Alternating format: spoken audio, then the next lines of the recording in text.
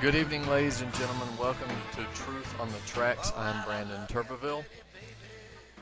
For those of you who are new to the show, we broadcast here every Monday night at 9 p.m. Eastern Time here on ucy.tv. You can access the show's specific page on ucy.tv/tt for Truth on the Tracks page itself. You can also keep up with my work. I write for Activist Post. I'm a staff writer over there. And I also run my own blog, brandonturbeville.blogspot.com, if you want to keep track of my own individual works. On that web page, I repost all of my articles, all of my interviews, and all of the archived broadcasts of this show. Again, activistpost.com is the website that I am a staff writer for if you want to keep up with that. I am also author of 4 books, which you can find over at falseflagpublications.blogspot.com, or you can go over to thebookpatch.com, search my name or search the titles of the books, and you should be able to find them. If you want to support my work, that is the best way, by going to these websites and purchasing my books through the online links. What I try to do with this show is to go over some articles in the news, some current events that I've been focusing on recently, in hopes that whatever I have to say about these events will somehow benefit you in some way, that you'll be able to take the information and run with it and spread it around and make some changes accordingly in the system, out in the world. Generally, I bring up the articles that I've written over the past week. Of course, this show is being pre-recorded on October the 25th, being broadcast on October the 29th. There's an unfortunate lag then in the recording date and the broadcast date, which is entirely my fault in terms of schedule, but that's unfortunately the way it is as of right now. Maybe there will be opportunity to change that, so as to keep up with the news in a more current fashion. By the time you hear this broadcast, of course, the United Front Against Austerity conference, which I promoted last week on this radio show, will have taken place. So it'll be quite interesting to find out exactly what the results were of this conference when we do. With that in mind, in terms of the political landscape, we also had another important event occur in the last week, which bears upon an event that will occur tomorrow night. And what I'm referring to is the third party debate, the free and equal third party debate, which Larry King actually spent some time with Free and Equal, and was a co-moderator of the debate. It was between the Peace and Freedom Party, the Constitution Party, the Libertarian Party, and the Green Party, their candidates.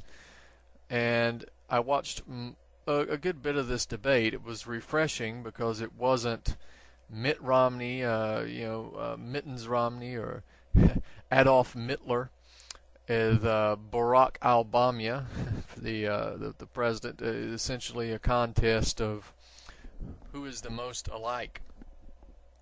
This is the case in most presidential elections, but in this presidential election it seems to be even more so the case, because the candidates even struggle to present their policies differently. Most of the time, the policies, when you get down to it, are the same between the presidential candidates, but the presentations are different. In this case, the presentations themselves are very similar. The statements are very similar. The only difference is perhaps the body posturing, the tone of voice between the individuals when they give campaign speeches and debate scenarios. So the third party debate was a welcome change to see that there were more level-headed options out there.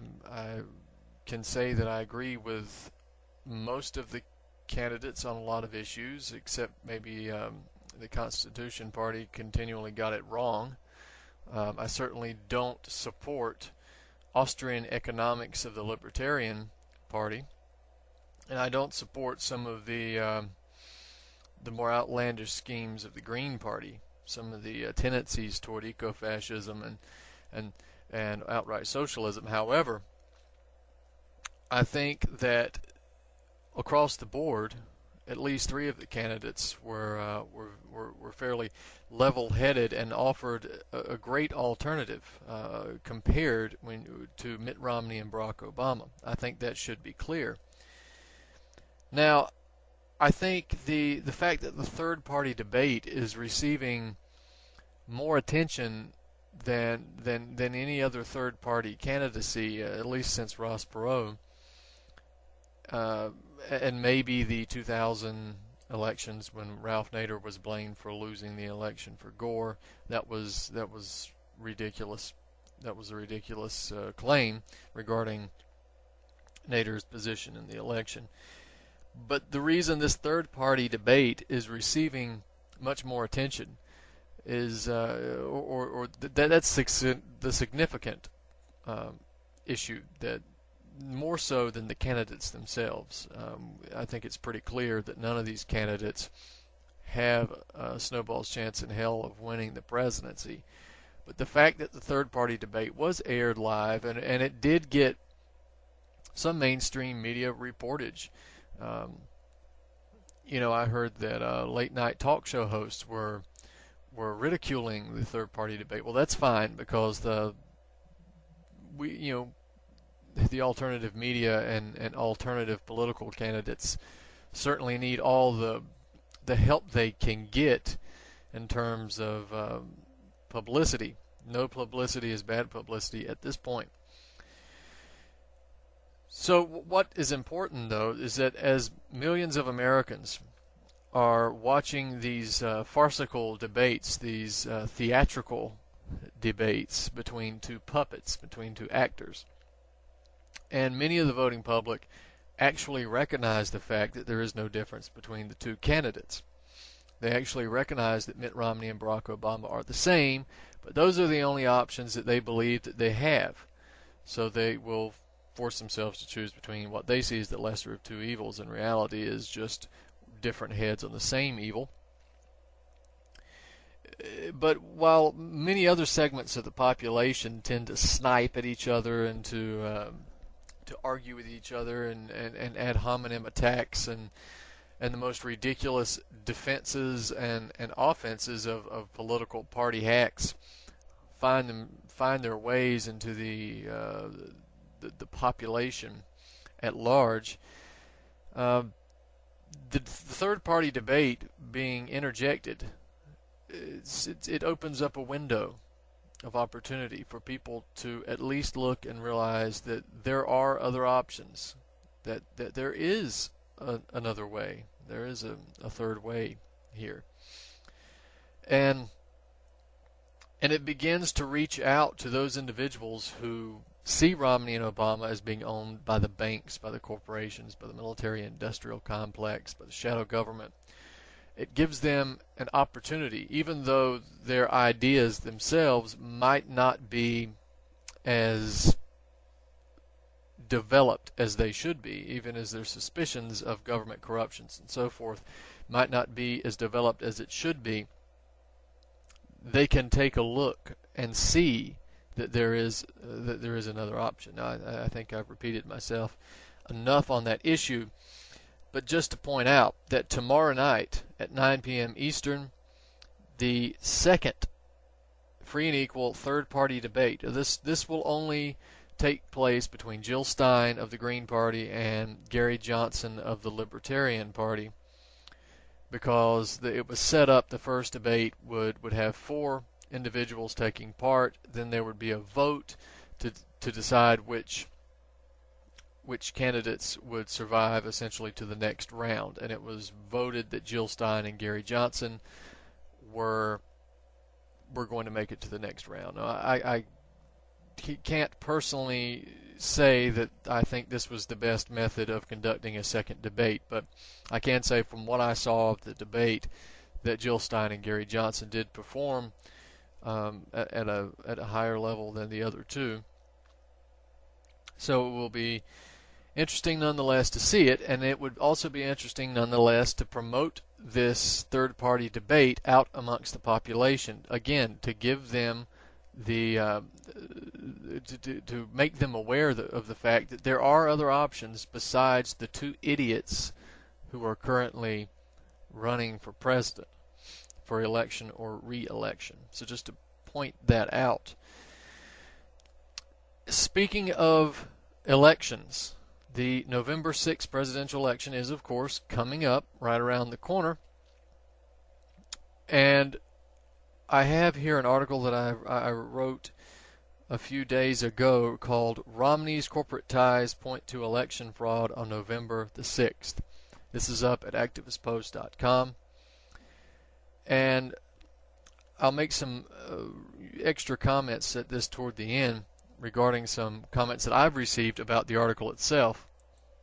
But nevertheless, I will go through part of this article and mention that, you know, there's been some serious coverage in other alternative outlets of the potential for vote fraud, or I should call it election fraud, the potential for election fraud on the part of the Obama campaign. Now, I'm not discounting that. I absolutely agree that there probably will be election fraud both on the Obama camp and the Romney camp sides.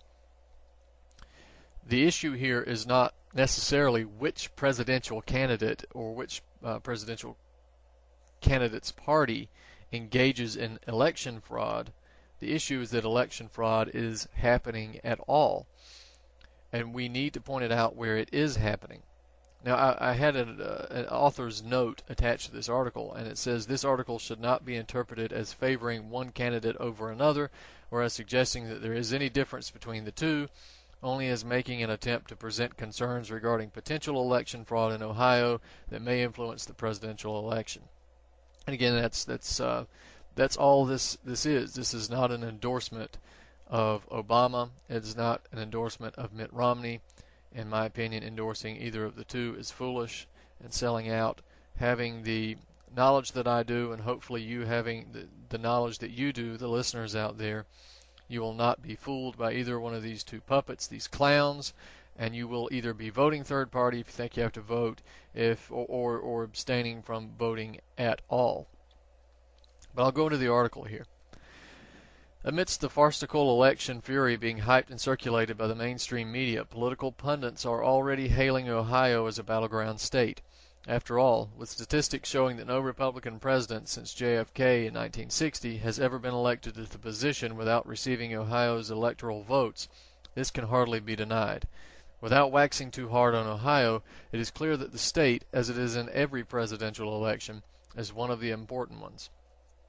This is precisely why the Romney-backed voting machines, which are going to be in place in at least 2 Ohio counties this election day, is so concerning.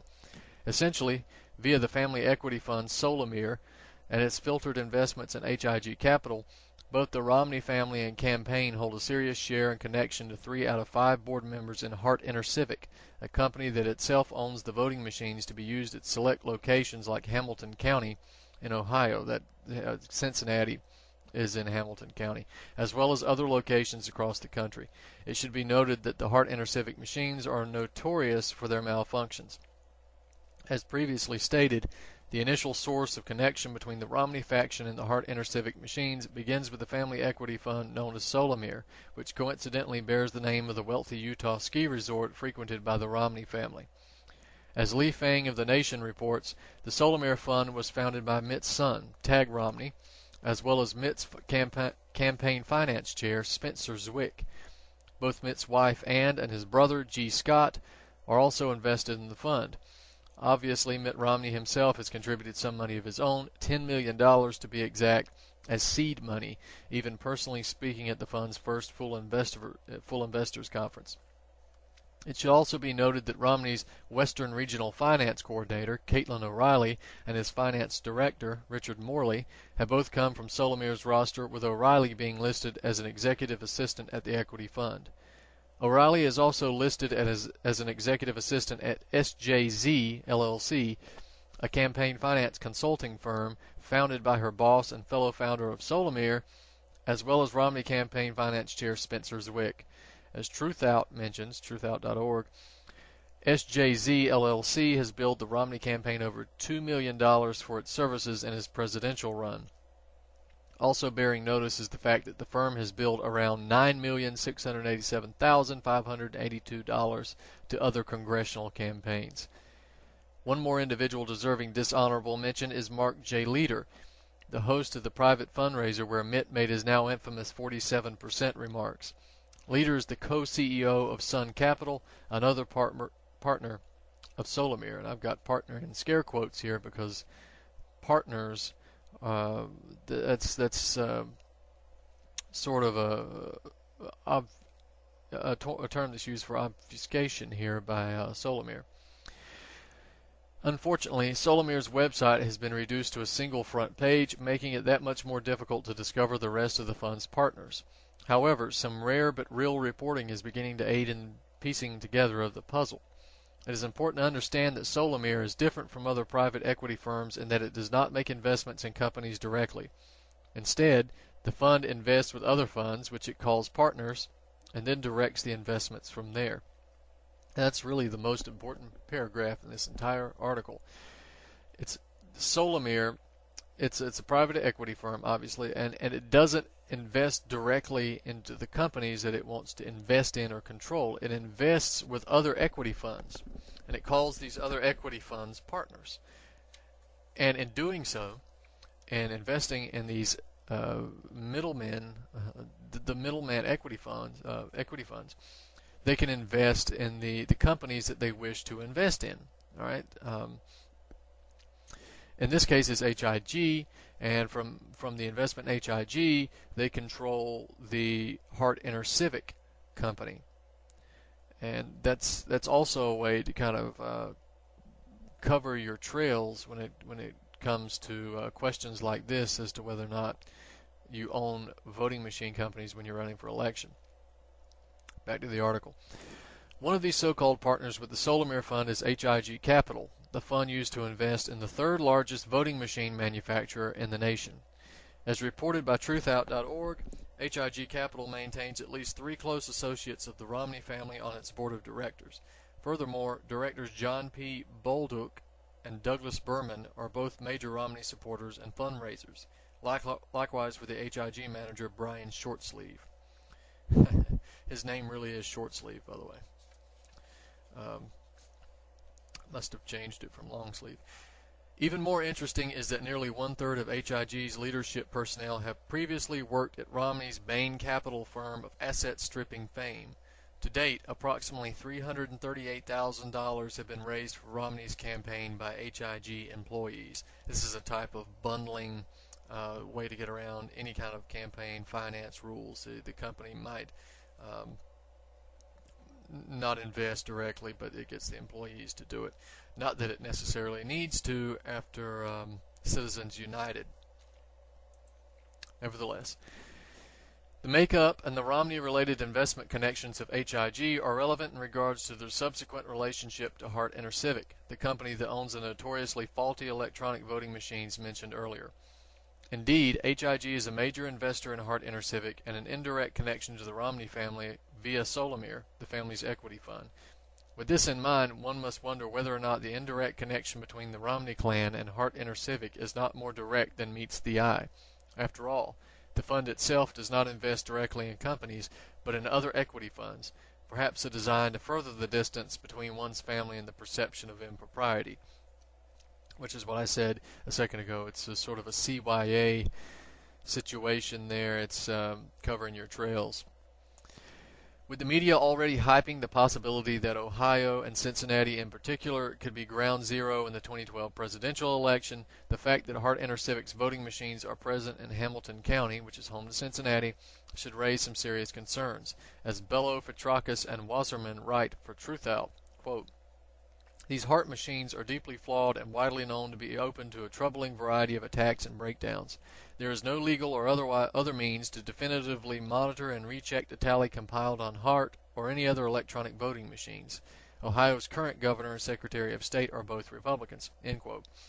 As Fitrakis and Wasserman wrote in a separate report on the issue, quote, U.S. courts have consistently ruled that the software in electronic voting machines is proprietary to the manufacturer, even though the individual election boards may own the actual machines. Thus, there will be no vote count transparency on election night in Ohio. The tally will be conducted by Hart InterCivic and controlled by Husted and Kasich, with no public recourse or accountability. Husted is the reactionary Secretary of State in Ohio, who is, if I'm not mistaken, is suing the federal government to prevent early voting. And Kasich is the ultra-reactionary governor, the austerity ghoul of Ohio, anti-union and all that garbage. Back to the Vitrakis and Wasserman quote. As federal testimony from the deceased Michael Connell made clear in 2008, electronically flipping an election is relatively cheap and easy to do, especially if you or your compatriots program the machines. End quote. However, the Daily Kos reports that influencing the election via Hart InterCivic's machines might be a bit easier than simply reprogramming, pre-programming, or hacking voting machine codes. The article reads, quote, "But before people get carried away with scenarios of stolen elections using dodgy computer code, let me point out that it would be quite easy to influence an election without all that much effort. All one has to do is control machine deployment. If the number of functional machines were to become in short supply on election day, and if the malfunctioning machines tended to be in key precincts, it would certainly be possible to effect an election, possibly decisively. Such a scheme is far safer than actual screwing with the code, since, despite what you read online, it is not as easy as some would have you believe without leaving evidence of tampering. No, machine failure is far easier to manage and is a simple variation of vote suppression being perpetrated in states right now, especially as the code in these machines are the software equivalent of the Ford Pinto."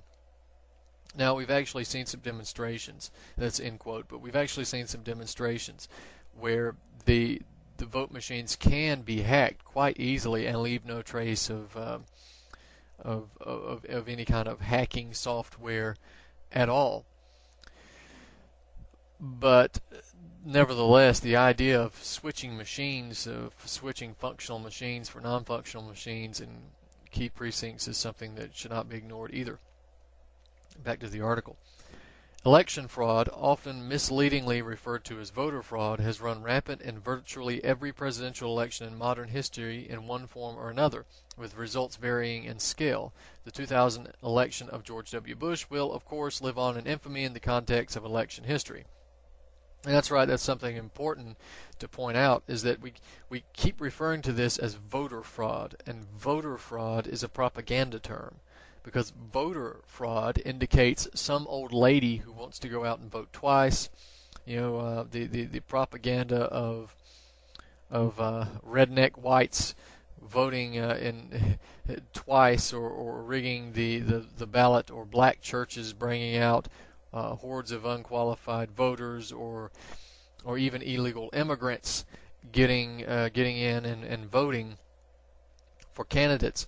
This is what's brought up when we say voter fraud, but that is not an appropriate term here, because instances of what I've just described, of different groups of people, or just a few people who are slipping by the system and voting more than once, or unqualified voters actually making votes, that is virtually non-existent. And to my knowledge, it's never been proven. Not to say that it doesn't happen in some isolated cases, but it's not the epidemic. Election fraud, however, or you could call it vote fraud, but election fraud, in terms of insider information, insider collusion, insider treachery, that is the bigger issue, and that is epidemic.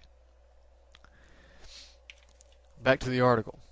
However, in terms of Ohio votes, specifically the 2004 elections that saw Bush victorious over Kerry bear a striking similarity to the possibilities discussed above regarding the 2012 elections.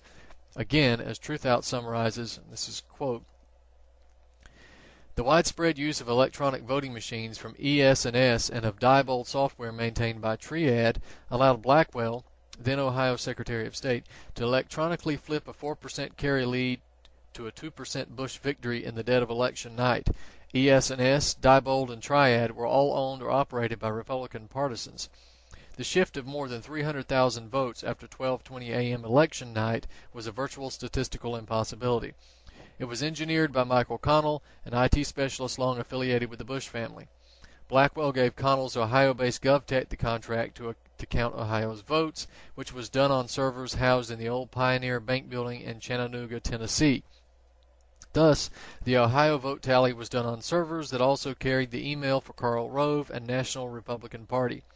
Connell died in a mysterious plane crash in December 2008 after being subpoenaed in the King, Lincoln, Bronzeville federal lawsuit focused on how the 2004 election was decided.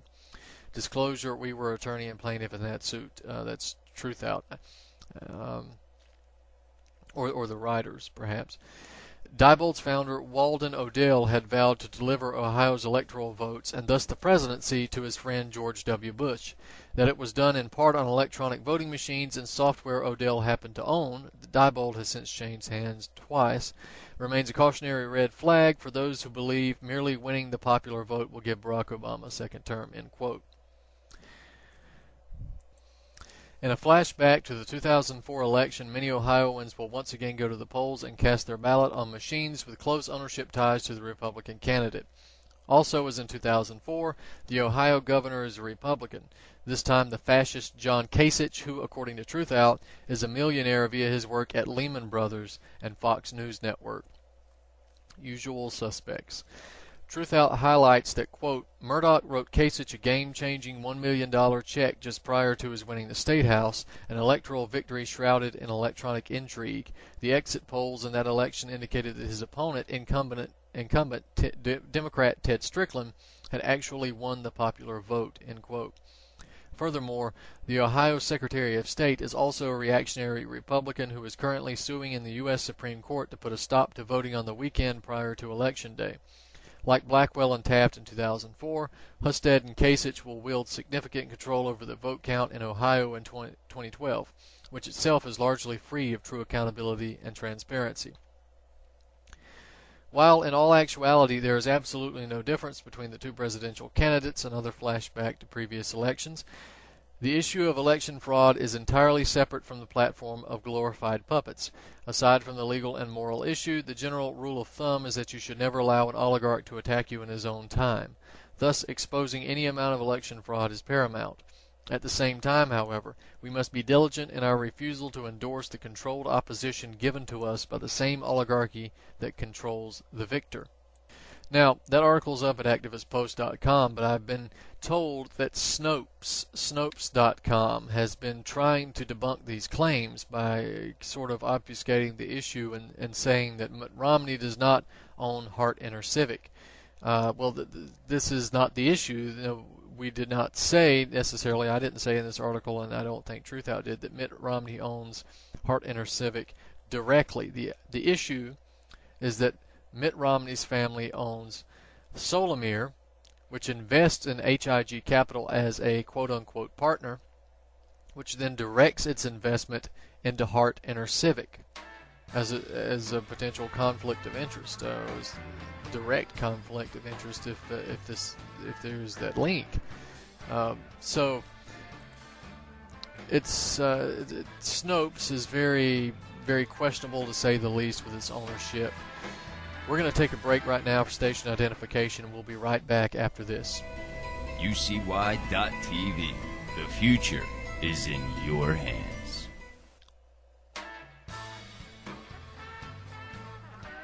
And we're back, ladies and gentlemen. This is Truth on the Tracks. I'm Brandon Turbeville. We spent the first segment talking about the third-party candidate debate and how that would perhaps shed some light to some eyes, anyway, on the fact that there is another opportunity, that you don't have to vote for the two clowns that we've been given in the Democrat or Republican Party. The Democrat and Republican Party is over and done with. It's finished. They're dinosaurs. If they ever did any good, they stopped a long time ago, and it's time to get rid of them. It's not working. Let's try something else. And then we went on to talk about Mitt Romney's ties to election fraud, the fact that Mitt Romney's family via their private family equity fund. Solomir owns or has invested with another equity fund, HIG Capital, which it calls a quote-unquote partner, which is able to direct its investments in Hart Intercivic, the third largest voting machine manufacturer in the country, which also owns most of its machines are in Hamilton County, which is where Cincinnati is located. And we have the fascist Kasich as governor in Ohio, and the reactionary Husted in Ohio as Secretary of State. This is very questionable. Of course, Barack Obama also has his links to election fraud, which are being covered in other alternative media outlets. So if you want to check out that angle, you can check it out there as well. But it's important to point it out from every direction that it comes. Still on the Mitt Romney track, however, and I hate to devote too much attention to Adolf Hitler, but we have to in order to get to his advisors. Now, on this show before, I read articles where I've gone through and looked at Mitt Romney's foreign policy advisors and some of his special working groups, and I detailed the organizations that they were a part of, some of their questionable history, questionable pasts. Went through a lot of the organizations like Project for a New American Century that they've been a part of, which of course, for those of you who don't know, I'm hoping that all of the listeners do know. But Project for a New American Century being the think tank that put out a document called Rebuilding America's Defenses in 2000, almost just shortly a year before 9/11 happened. And Project for a New American Century is openly a neocon organization, and it lamented the fact that the country could only go in the direction that they wanted to see it go in if there would be a new Pearl Harbor. This is actually the title of Dr. David Ray Griffin's book, right? The New Pearl Harbor, because this is exactly what 9/11 was. When 9/11 happened, it was the new Pearl Harbor of our age. Our entire maybe entire is too strong a word, but ever since 2001, the track we've been on has been based for propaganda purposes, for our benefit, to give us something as a root cause of fear, has been 9/11. So we have to look again at Mitt Romney's advisors and take a look at the fact that so many of them are part of the Project for a New American Century, and judge accordingly. But I have an article up at activistpost.com, and it's entitled Romney's Top Advisor Dov Zakheim Connected to 9/11. Now, this is an important article. We're going to get this up in the YouTube video. We'll put this up so you can find the link to the article. But it's a very important article because it actually has some information that was least new to me.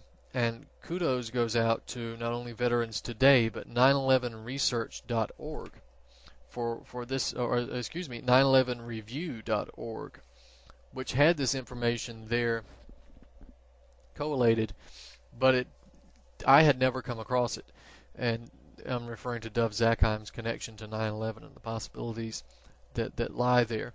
But anyway, again, the article is called Romney's Top Advisor, Dov Zakheim, Connected to 9/11. And you can find that at activistpost.com. Please go check that out. But I'll start in the article here. It says, at this stage in the campaign, the claim that Mitt Romney and Barack Obama are virtually identical in every way can scarcely be denied. From their positions on health care, the implementation of economic austerity, and perpetual warfare, the presidential candidate and the president himself are mirror images of one another, with the minute exception of the political presentation of those policies and the much exploited physical differences hyped by the media. However, while Obama's expansion of war and wholesale slaughter is accomplished through deceit and other covert forms of treachery, Mitt Romney's war psychosis is manifested much more openly. As I detailed in my last article, Open War Policy Revealed by Romney's Neocon Advisors, Romney's sprint toward a third world war of a potentially thermonuclear variety could scarcely be more clear. Quite the rarity for Mitt Romney. With this in mind, I have written 2 articles dealing with Romney's foreign policy advisors and their own ideological leanings. After all, regardless of the potential resting in the office of the president, the fact is that a president's inner circle of advisors, as well as his cabinet, are, generally speaking, the foot soldiers in whatever foreign entanglements the country is set to find itself in.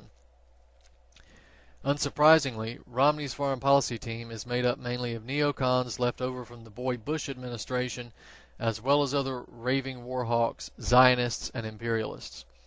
In this regard, I encourage the reader to access my articles, Open War Policy Revealed by Romney's Neocon Advisors, Romney's Foreign Policy Advisors Exposed as Globalists, and Mitt Romney's 13 Globalist Working Groups Exposed, for a summary of these individuals and their organizational memberships, affiliations, and past careers.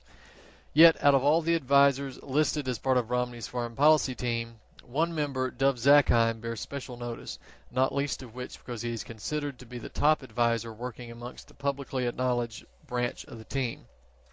Yeah, I'm sure there's plenty more individuals working behind the scenes here whose names we haven't heard, but these are the people who are publicly acknowledged to be Mitt Romney advisors, and believe you me, these people are bad enough. These are the worst of the worst, so I can only imagine what kind of demon lurks in the shadows of the Romney advising team. Zakheim also bears special mention because of his special place in 9/11 neocon fame, although his role in the events of that day are rarely discussed.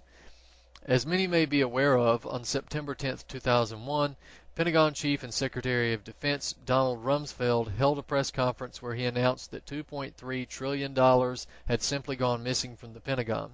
Such an announcement would have been a major scandal had it not been for the tragic events that unfolded the next day, which forever overshadowed the missing money. Yet another fortunate coincidence for a group of individuals who experienced an unbelievable amount of fortunate circumstances on or around 9/11. This is true. These guys are so lucky. If they played the lottery, they would win every time. They shouldn't even work. They should just play the lottery. They would be millionaires in their own right. That's sarcasm, of course. 9/10, September the 10th, interestingly enough, as Veterans Today reports, quote, was the first and last time that any significant political figure has ever chosen to announce major bad news on a Monday, end quote. While this author could not confirm if this statement is actually true, Veterans Today is correct in the point that it is highly irregular behavior to announce information that would put the reigning administration in a bad light on a Monday, the biggest news day of the week. It is well known both in the halls of government and the mainstream media that evidence of scandals are always revealed on Fridays, particularly the evenings, so that the story gets lost over the weekend of partying, vacationing, entertainment, and varied schedules of news consumption amongst the general public. Thus, Rumsfeld's announcement was an abrupt departure from public relations tradition. The relevant factor in this context is that Dov Zakheim was the comptroller of the Pentagon during the period that this enormous sum of money went missing. It should be noted that Susan Lindauer, CIA whistleblower, claims the sum was actually $9.1 trillion. Of course, the missing money was being tracked. Certainly Rumsfeld and Zakheim would not announce the loss of trillions of dollars without simultaneously announcing that an investigation was already underway. However, on 9/11, yet another fortunate coincidence from the standpoint of those individuals responsible for the missing $2 trillion occurred.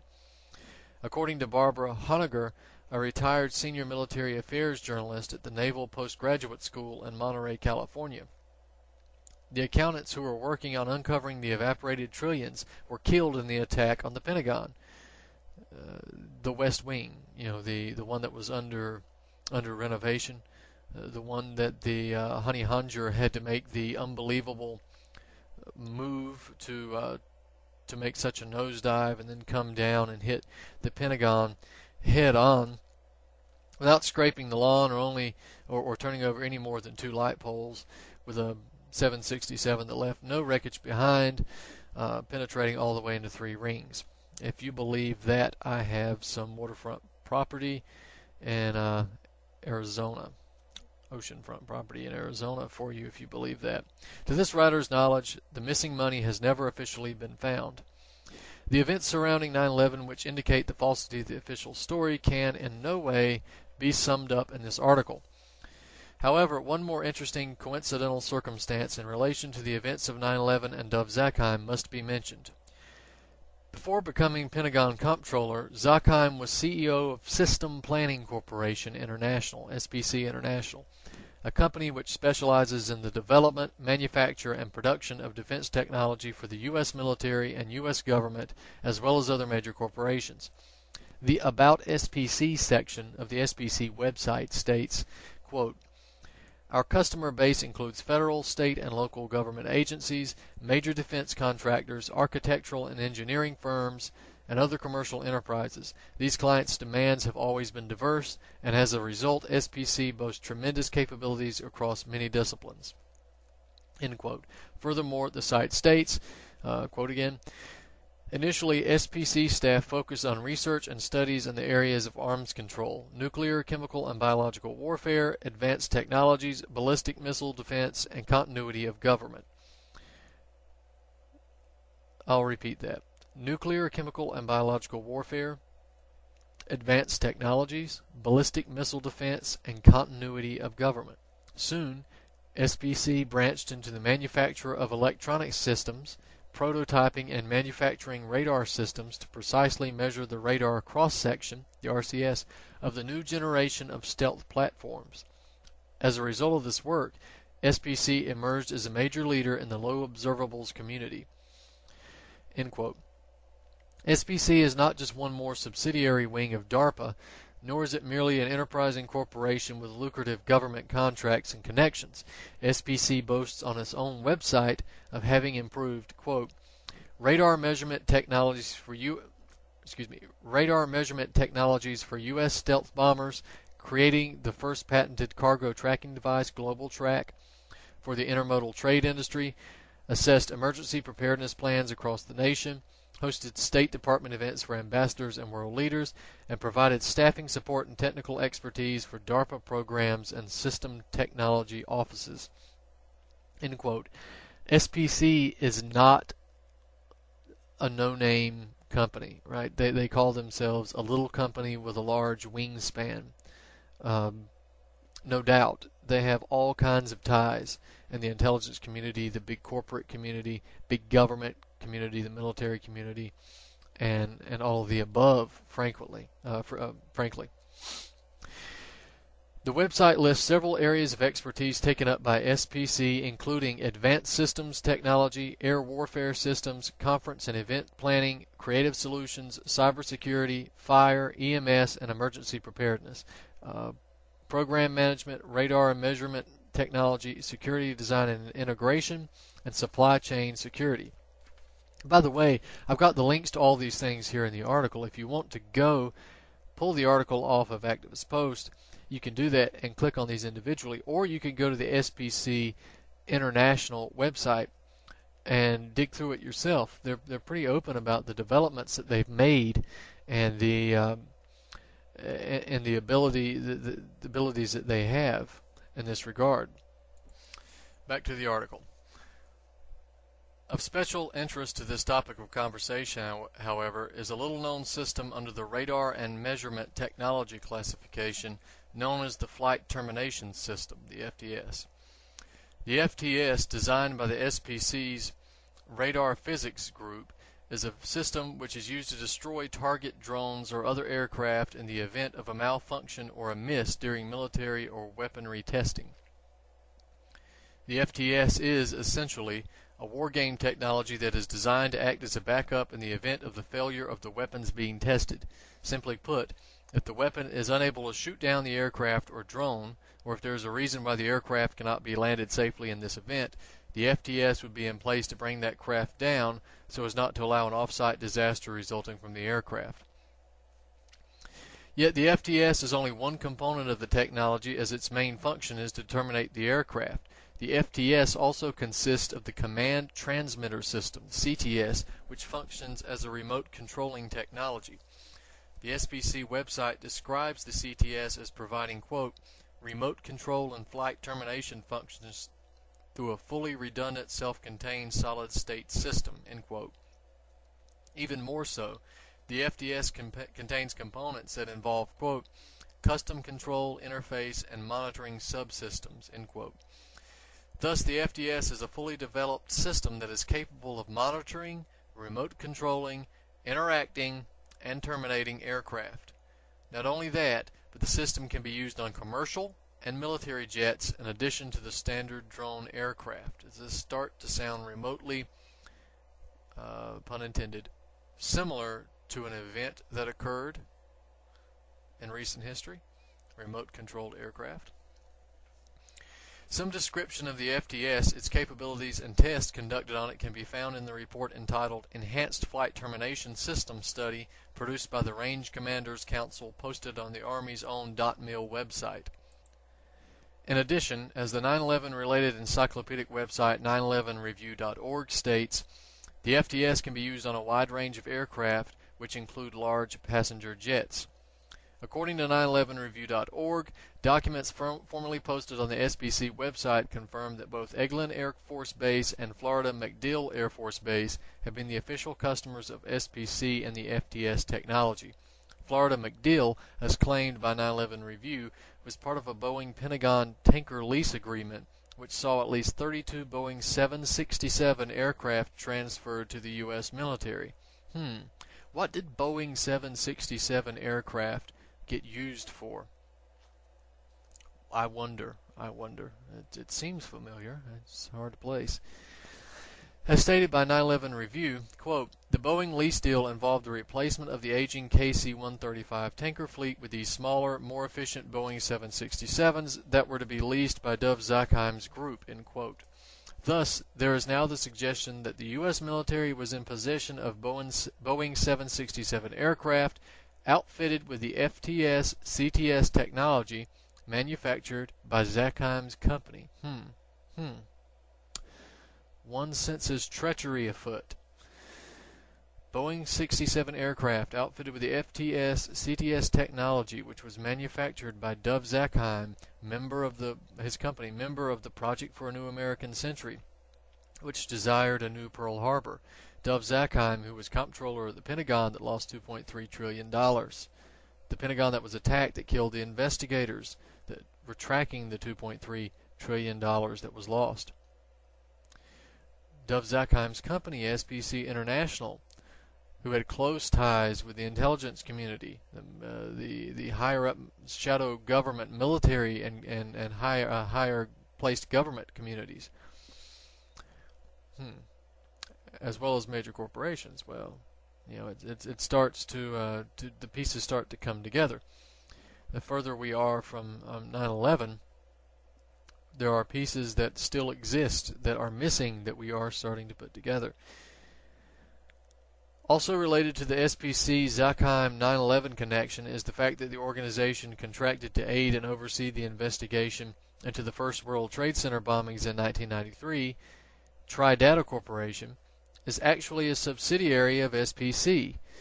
Thus, Tridata would have gained significant knowledge of the makeup, structure, and other relevant information to use in the controlled demolition of World Trade Center in 2001. Again, Tridata Corporation was a subsidiary of SPC, which is Zakheim's company.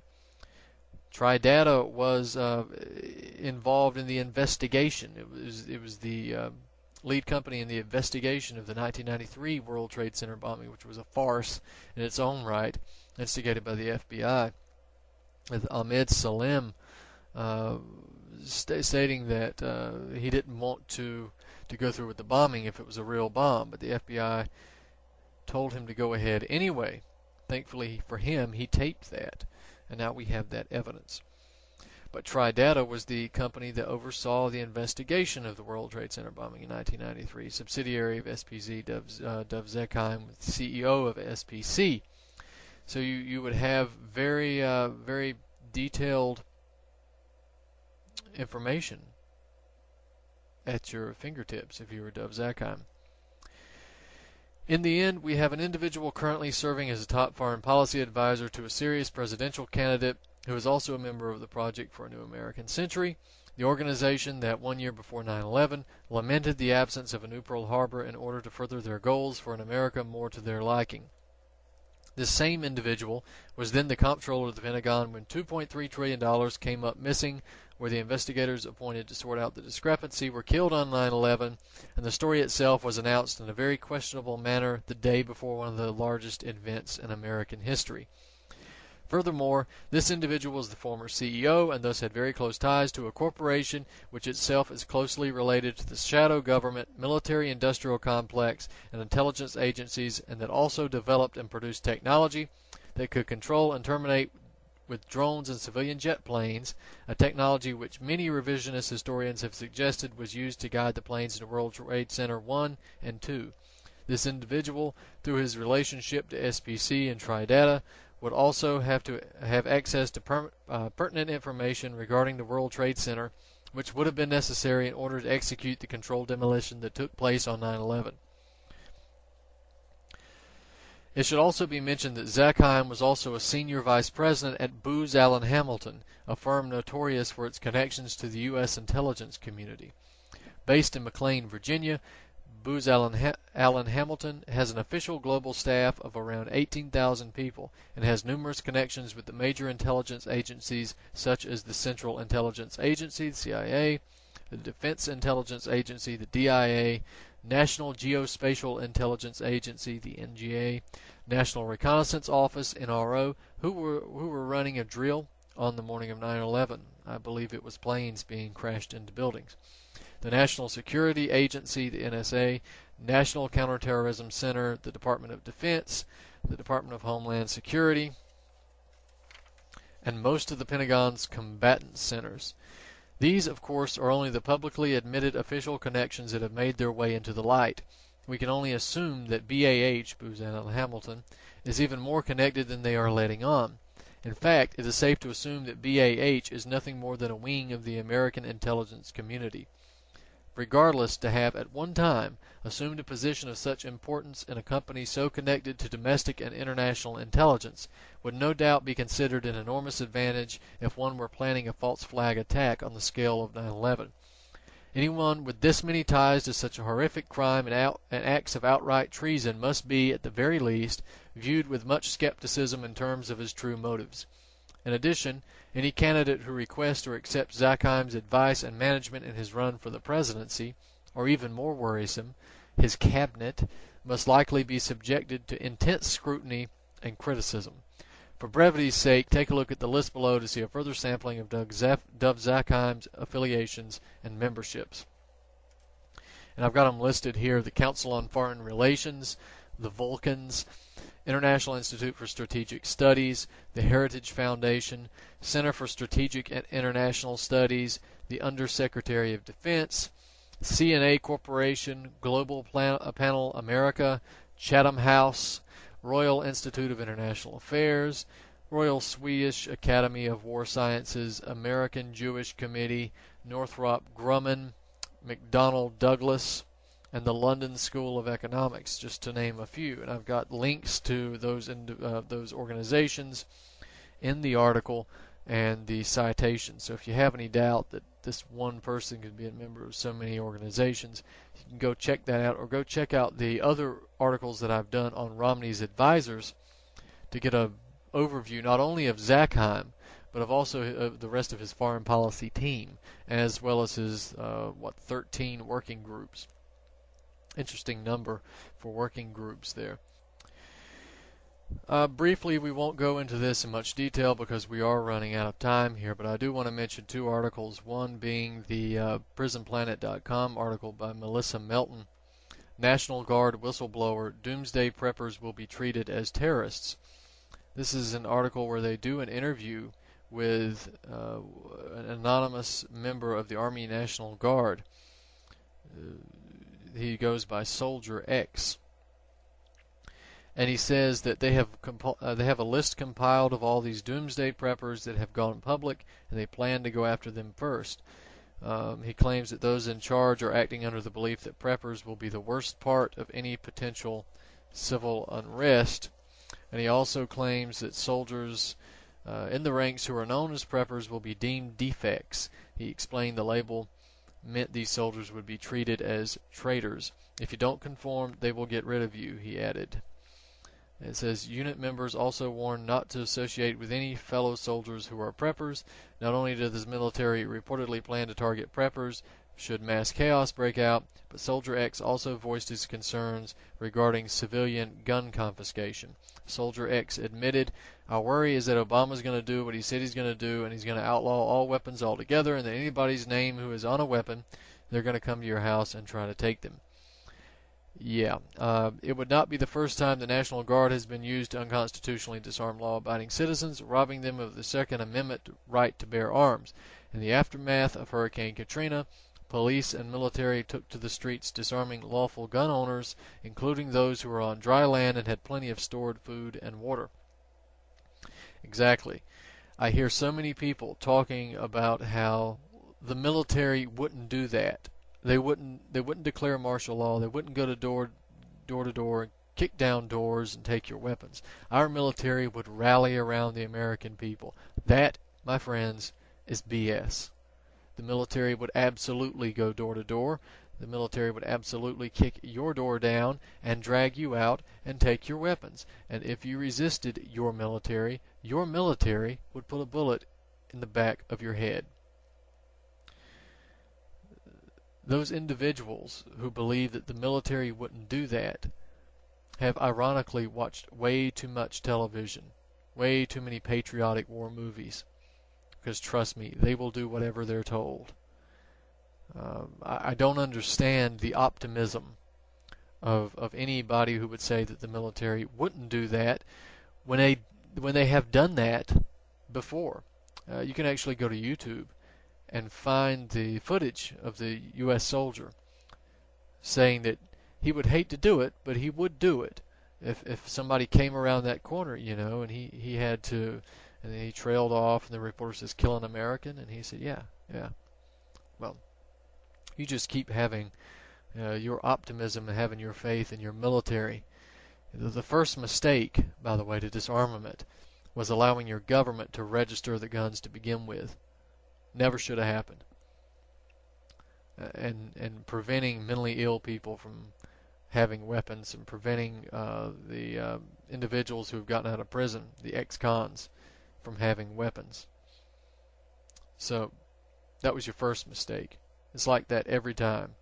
I wouldn't necessarily look for martial law to be declared in one fell swoop. It's much easier to just take your time, because if you take your time, then you have individuals saying, well, the military would never do that. And you never get anywhere in terms of resistance, because you always have those individuals who will say the military will never do that, even though they've done it on other occasions. The article says, fast forward to this past summer when a leaked Army manual dated 2006 entitled Civil Disturbance Operations surfaced, outlining plans not only to confiscate firearms domestically during mass unrest, but to actually detain and even kill American citizens who refuse to hand over their guns. This manual works in conjunction with FM 339.40 internment and resettlement operations. Another Army manual leaked this year, which instructs troops on how to properly detain and intern Americans into re-education camps, including ways that so-called PSYOP officers will indoctrinate incarcerated political activists into developing an, quote, understanding and appreciation of U.S. policies and actions.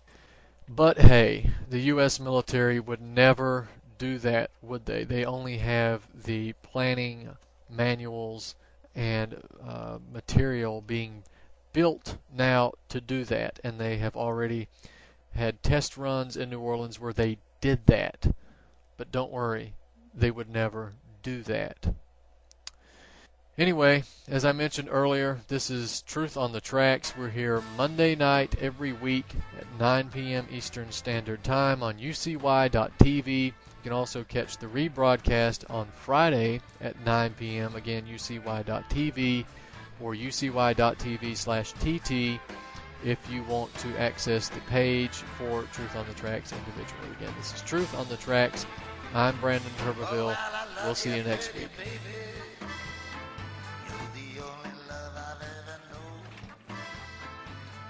Just as long as you stay with me.